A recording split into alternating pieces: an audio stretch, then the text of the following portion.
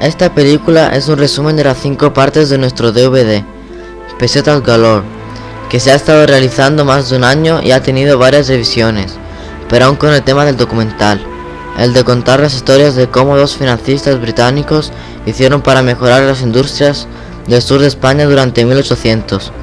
Una última parte, incluso más tarde, de las características de las tragedias de la Guerra Civil Española y la forma en que afectó a los sujetos de nuestra historia, Alexander Henderson y Jack Matheson. En esta parte usted también aprenderá cómo el productor fue privilegiado para conocer a don Juan Borbón, que acaba de renunciar al trono de España en favor de su hijo, el príncipe Juan Carlos, quien más tarde se convirtió en el rey de España. El primero que señaló el dedo es Alex Henderson y el segundo Jack Matheson. Todos los europeos les gusta el fútbol, pero ¿quién lo produjo en España? Es Jack Mackay Matheson y sus mineros del Río Tinto en 1889. Más adelante en esta parte aprenderá cómo el productor fue privilegiado para conocer a don Juan de Borbón, que acaba de renunciar al trono de España en favor de su hijo el príncipe Juan Carlos, que más tarde se convirtió en el rey de España. La segunda parte tiene algunos espectadores interesados, mientras que todavía recuerdan el rescate emocionante en 2010 de los 33 mineros en Chile, pero la conexión con Pesetas Galore se remonta al 2 de agosto de 1892, cuando la capital de Chile tenía una visita para preguntar si podría construir Alexander Henderson el ferrocarril eléctrico de Santiago a las otras ciudades principales de Chile. Esta iniciativa no fue aprobada, pero más tarde Henderson hizo construir un ferrocarril de gran éxito en Argentina, en todo el continente de América del Sur, hasta llegar a Chile en el oeste. Siempre dispuestos a aprovechar cualquier oportunidad comercial que implica trenes. También en 1892, Henderson registró en Londres la propiedad de el Algeciras Gibraltar Railway Company Limited. Como podrás ver en la segunda parte, su legado vive con él utilizando 4 estrellas del Hotel Reina Cristina, y al norte de trenes populares Henderson desde Algeciras a punto de ser electrificado. Ahora echemos un vistazo a Jack Matheson, que en la tercera parte se le presenta como un hombre de negocios a nivel encabezado que levantó una fortuna para comprar las minas de Río Tinto en la provincia de Huelva. El acuerdo original de un préstamo se muestra aquí. Fue elaborado por el Poder Bremen del Banco Alemán Nacional. En la tercera parte aprenderá de los éxitos y fracasos de Matheson, y como él lo entendía y todavía no se entiende hasta el día de hoy. Por último, en este resumen, unas pocas palabras para decirte que el sucesor Alexander Henderson, el segundo Lord Farrington y el nuevo presidente de las minas de Río Tinto, ambos tenían grandes problemas para resolver durante la Guerra Civil Española. As a British teenager, living in Spain, I was keen to know more about Huelva and the Rio Tinto mines, which seemed to be little understood by both Spanish and foreigners alike. So I asked our producer what had created his interest in the lengthy research which was needed to make an interesting documentary film. Since our first interview, we have learnt much that will surprise many and even whet your appetite to know more. But that will all have to wait for another part of Pesetas Galore. To help the film viewers, our producer has given me some notes, which which explain how Britain became involved in the Spanish industry in the 1880s.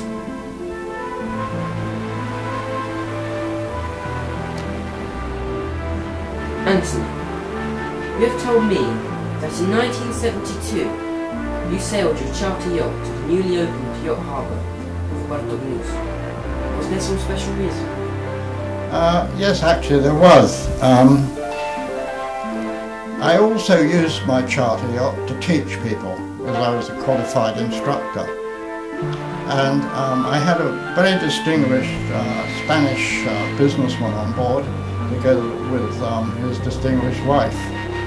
And they received the message that they were to go to Puerto Banús. In fact, they wanted the yacht to go there. The reason I was teaching them was that they had planned to buy a very large yacht and to sail it across the Atlantic. So it was not only handling of boats, but it was also the navigation. The husband was extremely good at navigation because he was a private pilot with 8,000 hours flying time, which is an enormous amount for a private pilot.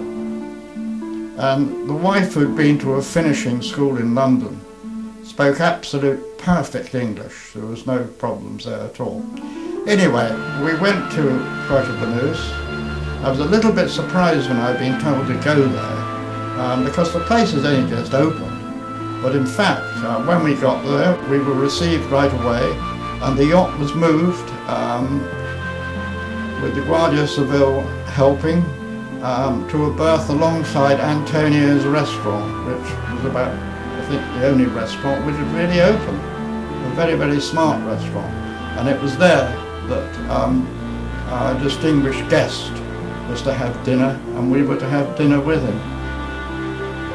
And who was this distinguished guest? The guest was in fact Don Juan de Bourbon, who really meant very little to me to start with, except that I very, very quickly was told that he was the father of Prince Juan Carlos, who would probably be the next king of Spain.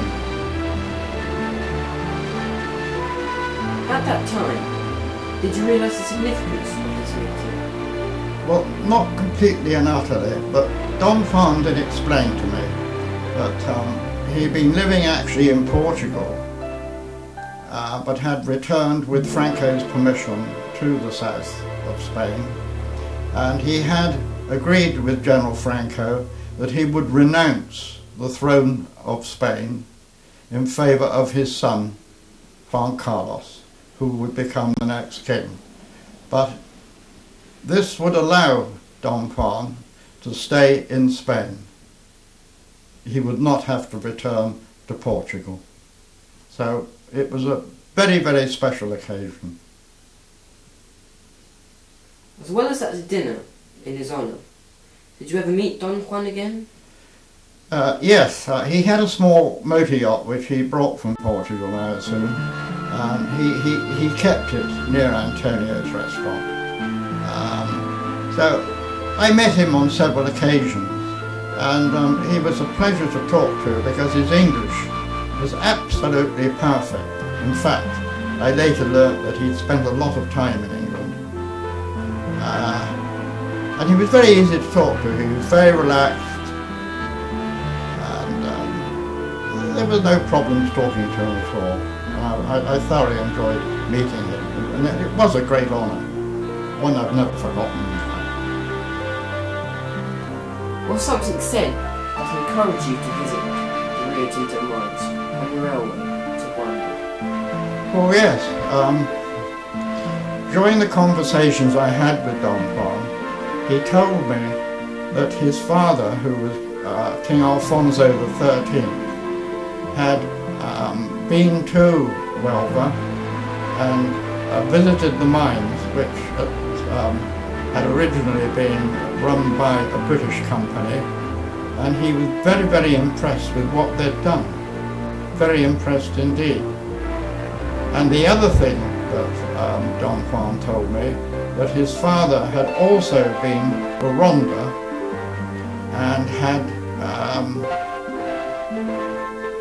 visited, in fact stayed, at the Hotel Reina Victoria. This was a special consequence to the king because his wife was called Victoria because her grandmother was Queen Victoria of England. So the connections between the two nations was very strong indeed.